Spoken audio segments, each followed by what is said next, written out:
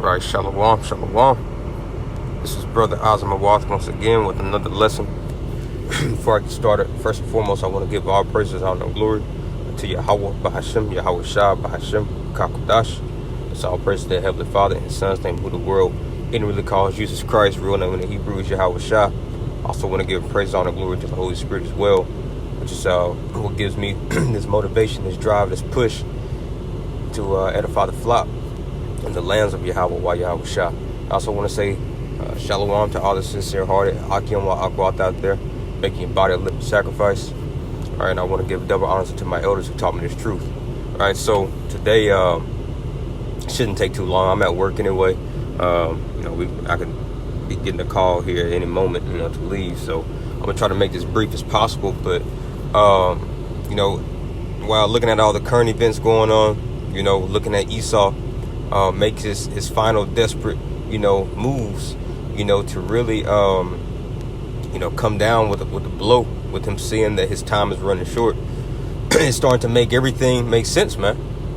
It's starting to bring everything to light. It's starting to make everything make sense, right? When you see not just Esau, but, even our own people, yourself, your family, these other nations, everybody is acting exactly how they're supposed to be acting in these days, man. Right? Everybody's falling in their proper lots, right? So the closer, right, Yahweh Shah comes, or the closer his spirit, right, is basically resonating or residing within planet Earth once again, right, with this judgment going out in the form of, him sending forth his men, right, to go out there into the fields and labor, right? All the intents, as a matter of fact, let me grab this real quick. The intents and the purposes of man's heart is being made manifest. This is the book of Luke, chapter 2, verse 35. And this is speaking about Yahweh Shah. As a matter of fact, I'm going to start at verse 34. And it says, And Simeon blessed them and said unto Mary his mother, Behold, this child is set for the fall and rising again of many in Israel. Yeah, Yahweh Shah, right?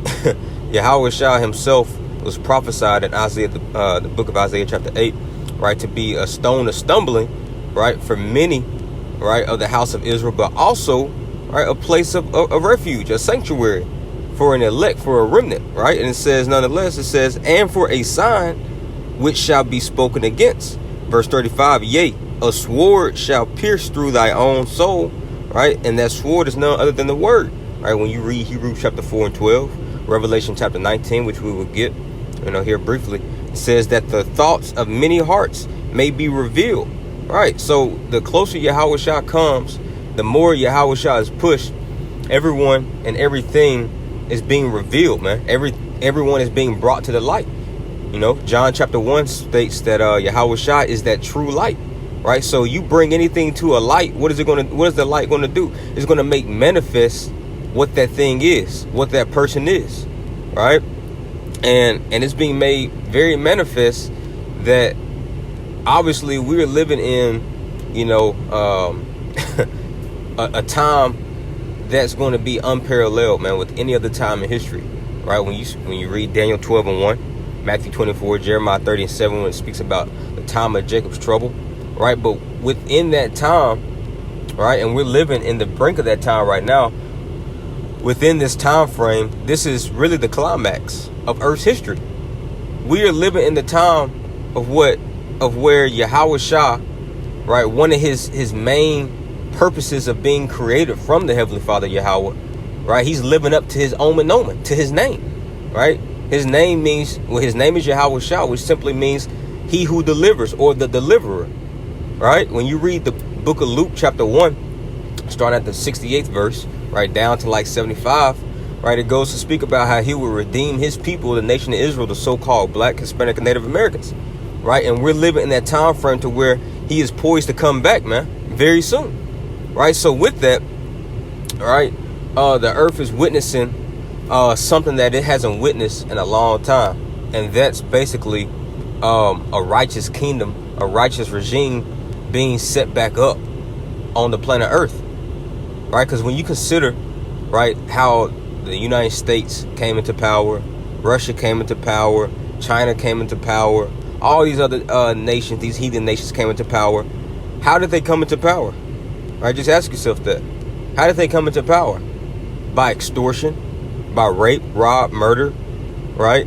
Unlawful dealings, right? And when you, as a matter of fact, let's grab this real quick in the book of Sirach.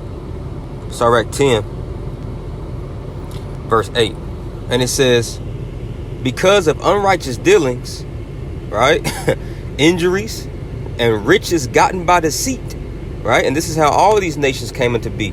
Now, of course, so-called white man, which is the biblical nation of Edom, right? Their forefather is Esau, right? Of course, they are the chief. They are the apex of this, of the personification of unrighteous dealings, injuries, and riches gotten by deceit, right? But all these other nations are to blame as well, right? It says the kingdom is translated from one people to another, right? So once again, the earth is about to witness something that it has not witnessed in a long time. And that's a rulership. That's a kingdom that is about to be set up without any of these things, without unrighteous dealings, without injuries and riches gotten by deceit, right? The kingdom is, this is, man, I was meditating upon this and it was beautiful, man. The Spirit just, started giving me scriptures to line up, and it was all making sense. And it was just, it was just wonderful. So I had to share it, right? So let's get this in the book of Proverbs 16 and 12. It says, it is an abomination to kings to commit wickedness, right? And this is one reason why the so-called blacks, Hispanic, and Native Americans, we have been kicked out of our homeland. We have been abased, right, below these base men, right, below these heathen nations, because we committed wickedness on our land. When you read Leviticus chapter 18, it tells you the reasons why we got kicked out of or why you would get kicked out of your land, because of all types of things such as adultery, different forms of fornication, murders, thefts, usury upon your brother, oppression upon your own people, right? And that we all did. We did not live basically harmonious with the laws and statutes of Yahweh, Yahweh Shah, right? So because of that, the Lord kicked us out of our land. When you read 2 Chronicles chapter 7, it talks about how he plucked us up out of the land, right? But also, once again, turning this back full circle on our chief enemy, Esau, Edom, right? We know that this man is committing wickedness. So he's an abomination, right, in the Most High's eyes, right? When you read Isaiah the 34th chapter, he's actually the curse to judgment. We are under the curses, but Esau, Edom is the curse, right? His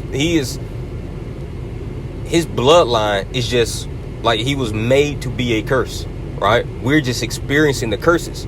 So because of that, the Lord is about to remove this man up off his throne, right? And he's going to do what?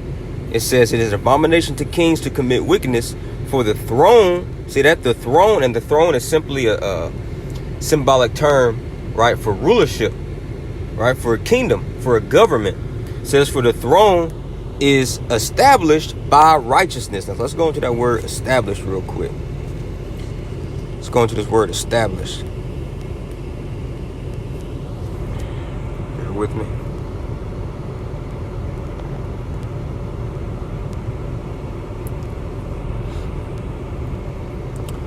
Established.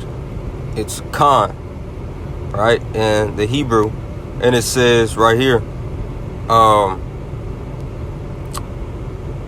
to be set up, right? So the throne is set up in righteousness, to be established, to be firmly established, right? Because Esau, right, the Lord has given this man some type of establishment, but he's not firmly established. Why? Because he's about to be uprooted, right? It says down here, let's see, to be established, to be restored.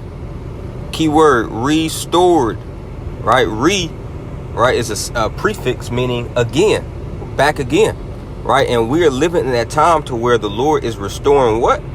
Right, something that we've mentioned all the time, the ancient ruins of the house of David, right? And the last time the earth has seen a kingdom, a regime, a government be set up in righteousness was when our forefather David, right, basically paved the way for his son Solomon to basically dwell in peace for 40 years, right? This is why Yahweh Shah is known as David, right? Well, symbolically he's known as David. He comes from the loins of his father David, but he was actually Solomon in the reincarnation, right? When you read Jeremiah 23, it talks about how he will establish the throne of David. How David, Jeremiah 33, David shall never want a man to sit up on the throne, because Yahweh Shah will be fulfilling the same role, of course, up on a more grandiose scale than David did. Because what did David do? He killed the heathen nations, right? He waged war against them, right? And then Solomon came in, right? And he established the kingdom in peace, in righteousness, right? He carried out judgments, right? There was no war during his time, and that's symbolic, right? To where well, not necessarily symbolic, because that was actual thing that happened, right? But it's also a foreshadow of what's going to be happening here in the near future. When you read Isaiah the 2nd chapter, Micah the 4th chapter, when it talks about how there will be no more war, right? Because Yahweh Shah, when he comes back the second time, right, to take the crown off of all these kingdoms by waging war upon them, right? World War III, the Battle of Armageddon, right? He's going to be doing the dirty work like King David did, right? And then that kingdom is going to basically kind of shift into a different phase and a latter dispensation of time, to where then it will be basically under that peaceful reign like it was during Solomon's time, right? But anyway, without me rattling too much, let's go over here to the book of Habakkuk, chapter 1, verse 5. And it says, behold ye among the heathen. And behold simply means to look. So look ye among the heathen and regard, right? So look amongst the heathen and pay attention, right? He says, and wonder marvelously, right? And I do that often, man. I look amongst, Esau, Edom, and his kingdom and how he's running it, right? I wonder marvelously, especially since now Yahweh Shai has woken me up into this truth, right? Now he's giving me, and you brothers and sisters, especially you brothers, Yakim, I'm pretty sure y'all can testify to it now as well. If you're actually sincere in this thing, y'all view, this so-called kingdom, right, or queendom, in a different light now, right? You look at it, when you look at the news, when you look at the way how Esau Edom moves, you don't look at it how you did when you were in the world. You're looking at it like, this man don't know what the hell to do. This man don't know how to run a kingdom, right? And this is why we're wondering marvelously, man. Like, how in the hell did he even get on top, right? But this is how you know that the hand of the Lord had everything to do with this man coming into power, right? Because there's no reason why, right, this man is up over us the way how he is, right? But he says, for I will work a work in your days. See that? For I will work a work in your days. He's talking about the days when the heathen will be ruling, which you will not believe, though it be told you, right? And the heathens, they're not believing this work that the sincere men is faithfully risking their lives for week in and week out, right? On these video lessons, right? Or going out there in the highways and byways, right? They're not believing the report that we're telling them that's going to be happening in their days, right? And what's going to be happening in the kings in the heathens' days? This is the book of Daniel 2:44, right? One of my favorite verses. It says, and in the days of these kings, see that? Speaking about the heathen, man. These kings, these heathen kings that will still be ruling over the nation of Israel. And in the days of these kings shall the God of heaven, or power of heaven, set up, see that? Set up a kingdom, right? Set up a kingdom. And that's going back to Proverbs 16:12, right? It's an abomination for kings to do wickedness, but the throne shall be established in righteousness. We went into that word establish. It means to restore, right? And the Lord is setting up, he's restoring a kingdom right now, right? The kingdom, or the tabernacle of David, as we'll get into here soon, right? He says, and in the days of these kings, right? In the days of Biden ruling, in the days of Putin ruling, in the days of Benjamin Netanyahu, right? Kim Jong-il, right? All these heathen kings, right? In the days of these kings shall the power of heaven set up a kingdom which shall never be destroyed, right? And that's that kingdom being firmly established, right?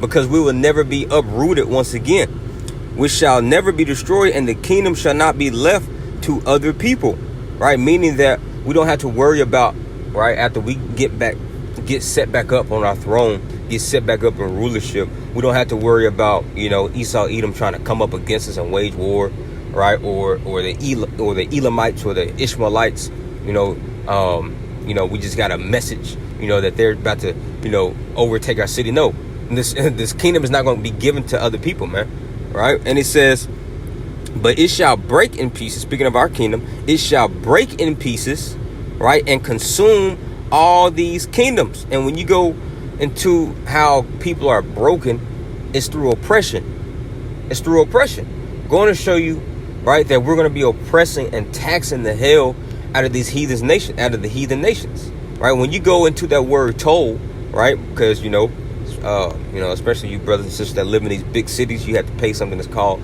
a toll fee or a toll tax. That's going into tribute, right?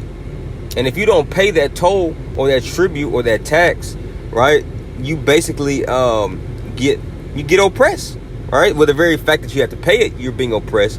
But if you skip a payment or whatnot, guess what? They're going to double that. And then if you skip that payment, they're going to triple it. And then if you skip that triple due payment, then they're going to quadruple it.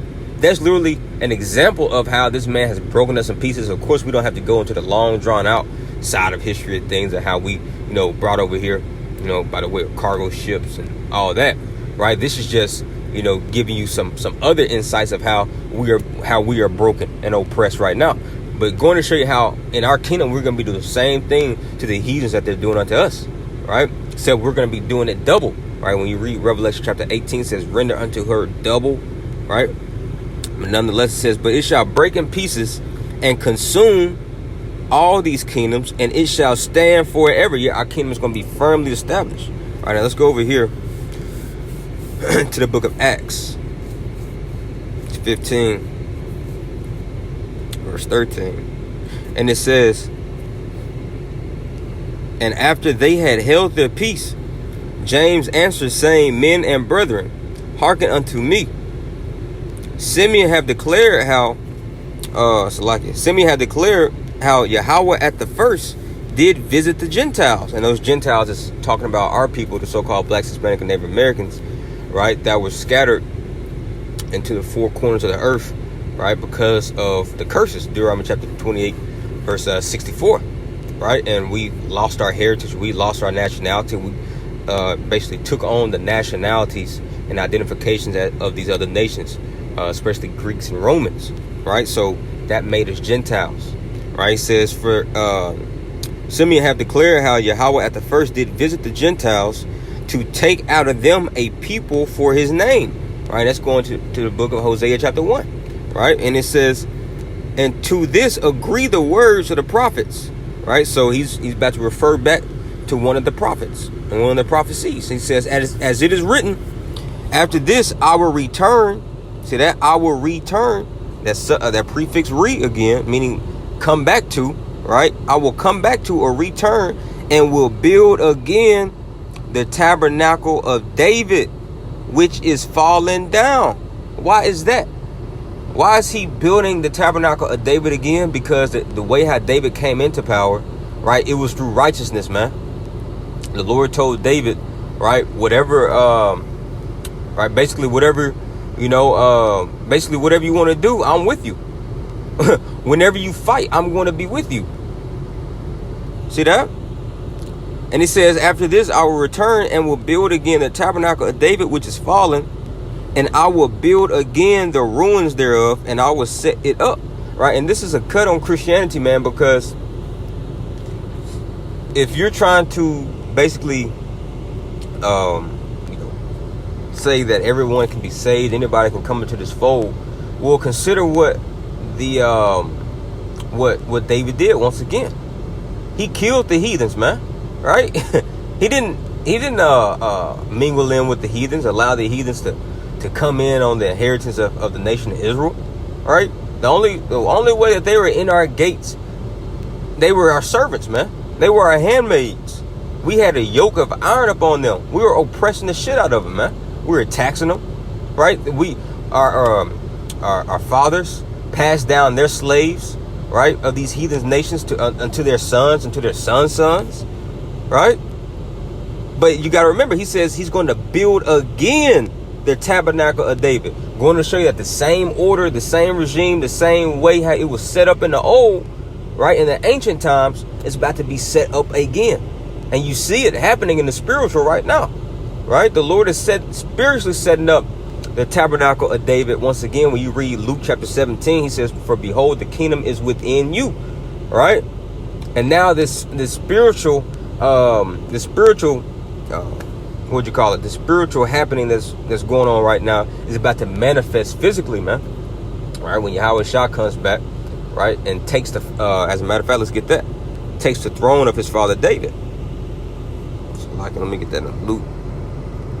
Then we're going to go back to Acts. Luke 1 and 31. And it says, and behold, I'm going to start at verse 30. And fear not, and the angel said unto her, fear not, Mary, for thou hast found favor with Yahweh. And behold, thou shalt conceive in thy womb, and bring forth a son, and shalt call his name Yahweh Shah. He shall be great, and shall be called the Son of the Highest. And the Lord power shall give him, shall give unto him the throne of his father David. And he shall reign over the house of Jacob, right? And the throne of his father David. That's also a cut on that Immaculate Conception, right? He wasn't born of a man's spermos, right? Romans chapter 1 and 3, Revelation chapter 22. Man, there's so many cuts on that, right? Because you'll be trying to counter prophecy when you say that he didn't come from the actual sperm of a man, right? Because how else is he going to come from his father David, man? How is he else is going to come from his loins of David, all right? But anyway, he says, verse 33, and he shall reign over the house of Jacob forever, meaning he's going to reign over Israel forever, and of his kingdom there shall be no end. See that? And that's him, as it said, taking back the throne of his father David. And that's when the fruition of the tabernacles of David being restored will come into full effect. So let's go back to Acts 15, verse 13. And it says, and after they had held their peace, James answered, saying, men and brethren, hearken unto me.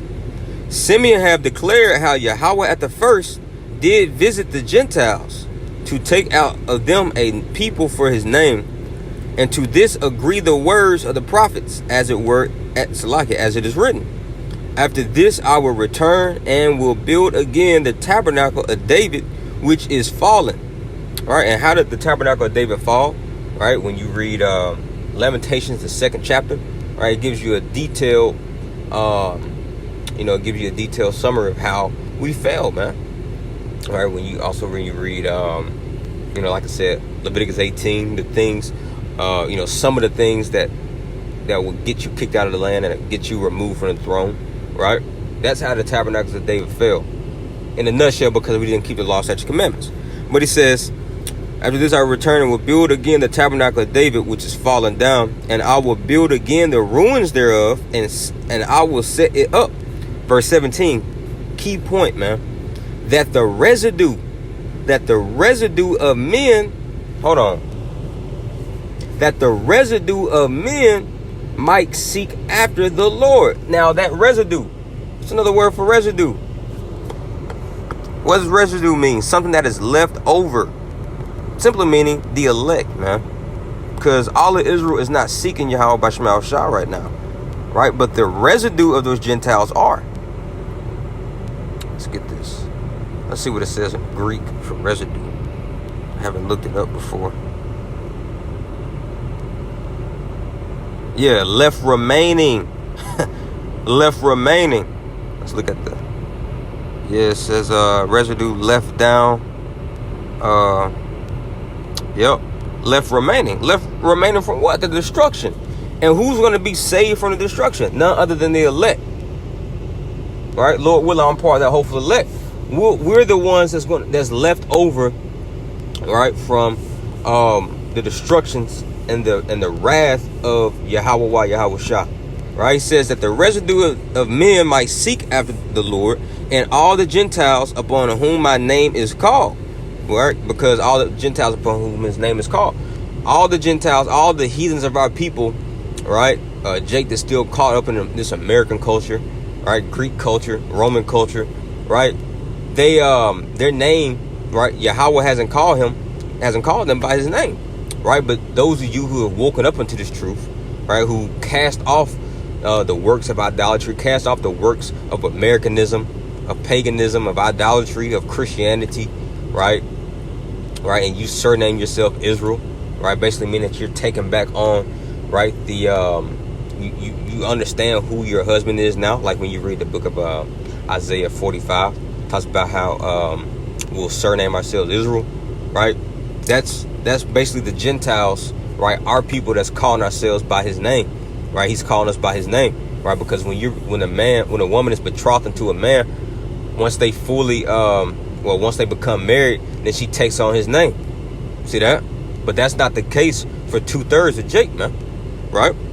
He says, upon whom my name is called, saith the Lord, who doeth all these things. Known unto Yahweh are all his works from the beginning of the world. Yeah, this whole thing was predestinated, man. Right? This whole thing is predestinated. The very reason, or the very fact that I'm doing this lesson, was because it was predestinated before the foundations of the world to basically stir up your pure remembrance, Jake. To let you know that the reason why you feel this type of friction, this type of tenseness, this type of division in the planet Earth is because we are witnessing something that that hasn't happened in a very long time, man. Right? We're witnessing none other than the throne of David being established. We're about to witness a war finally being waged in righteousness, man. Right? We ain't ever seen that, man. Not in this lifetime. We haven't seen, like I said, we haven't seen that since the time of David. All these wars that these heathens been fighting, it's been in unrighteousness, man. So when we see Yahweh Shah come back with the host of the armies of heaven, right, and those chariots spitting out fire, man, and ICBM missiles going off and everything, that's in righteousness, man. And that's why it's going to look so strange unto us. That's why he says, I'm going to, let me find that real quick. Strange wonders. I want to say it's Isaiah. Sorry, 36, yeah. I want to get in Isaiah.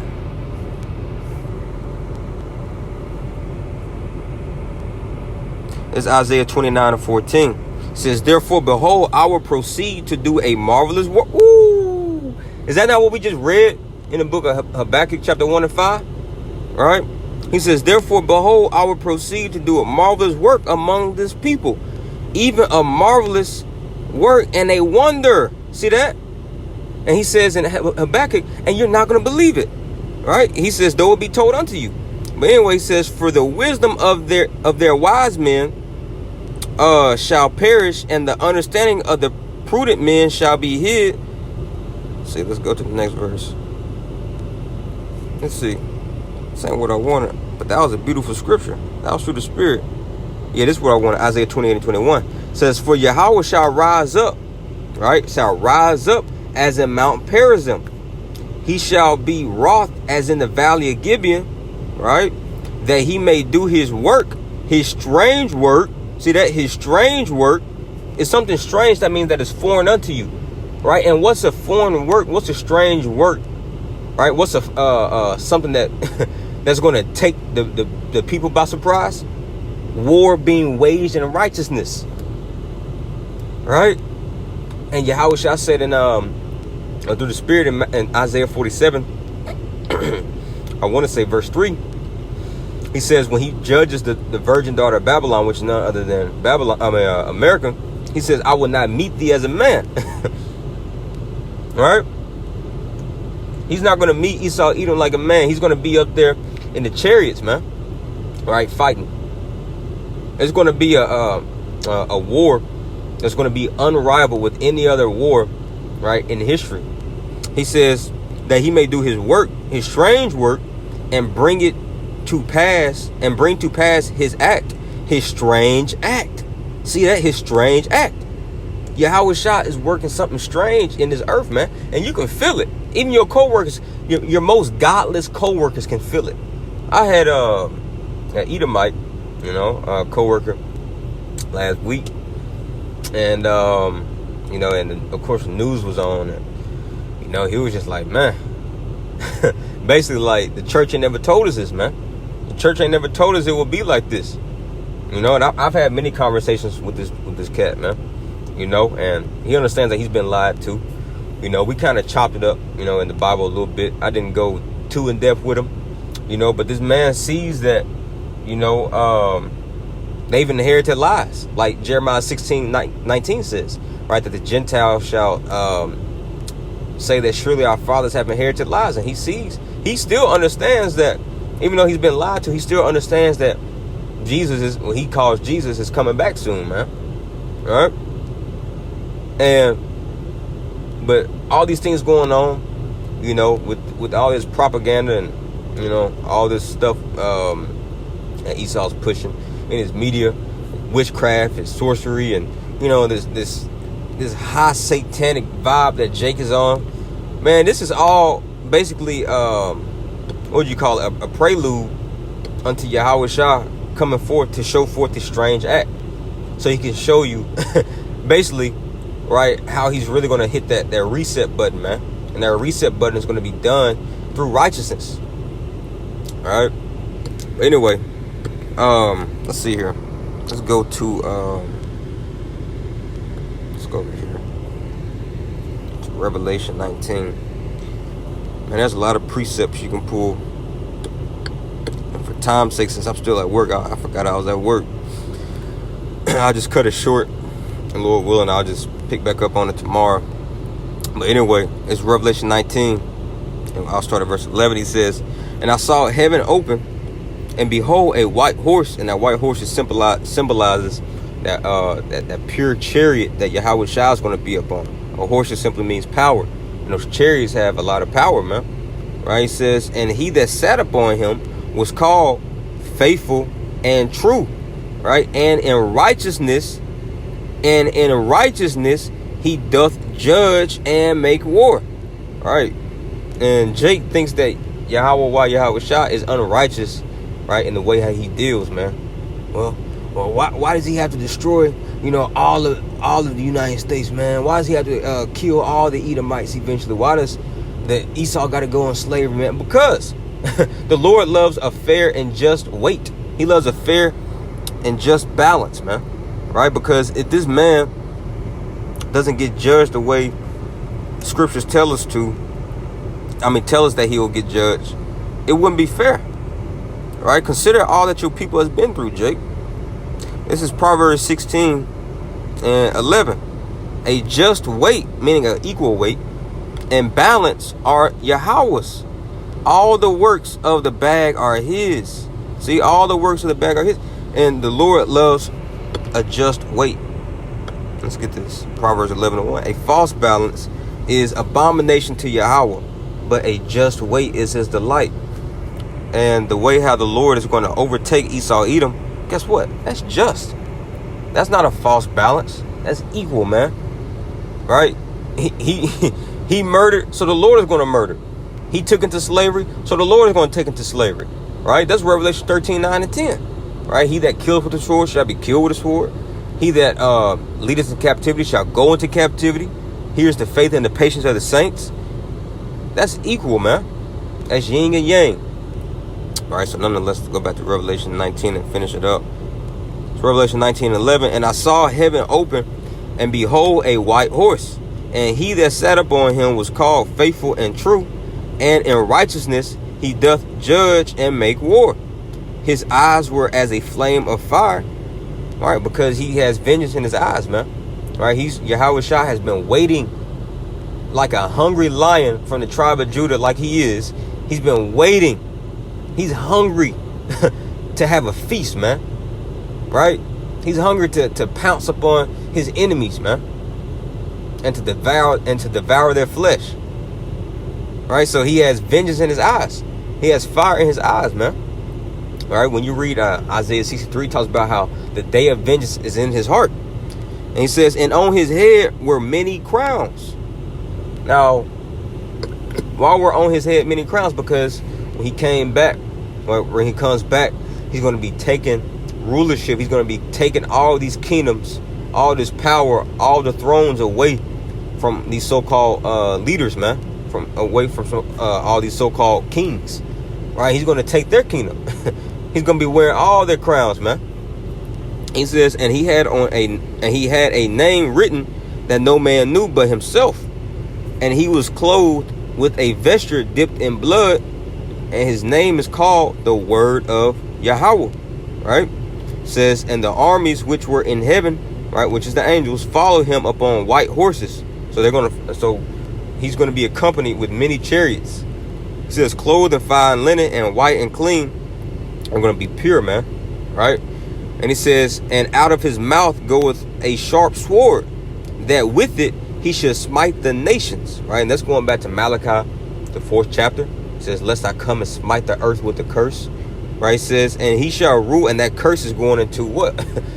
Those missiles, man, right? When you read Zechariah chapter 14, talks about the plague of the curse, or the plague of if a heathen nation don't want to come and worship our Lord on a designated feast date. I believe it was Feast of Tabernacles, that they will be smitten with that plague, right? He says, and he shall rule them with a rod of iron. That's oppression. He's going to be oppressing these nations, man, right? And any brother, you know, that's a part of the 144,000, you're going to be a part of ruling with Hamashiach Yahushua for 1,000 years, man, in the kingdom. You're going to be responsible, Lord willing, I'm a part of that number, right? We're going to be responsible for setting this earth back in its proper order, paving the way, right? Just like King David did to usher in Shiloh, to usher in Solomon, right? To usher in the time of peace, New Jerusalem, right? He shall rule them with a rod of iron, and he treadeth the winepress of the fierceness and wrath of Almighty Yahweh. And he hath on his vesture and on his thigh a name written, King of Kings and Lord of Lords. Yeah, he's going to be king of all these kings, man, right? And master of all these masters. All right, so yeah, man. I had man, I got a lot more scriptures to bring out, and like I said, you know, Lord willing, it'll be a part 2 to this, but I just wanted to bring something out, man, because all this tension that we're feeling in the earth right now, this is none other than, you know, Yahweh's spirit starting to shake up things, man, right? Like Luke chapter 1 said. Luke chapter 2 talks about how all thoughts and intents basically be made manifest, be made known. All right, so with that, I hope you was edified. Till next time, DTA, Abba, and Shalom.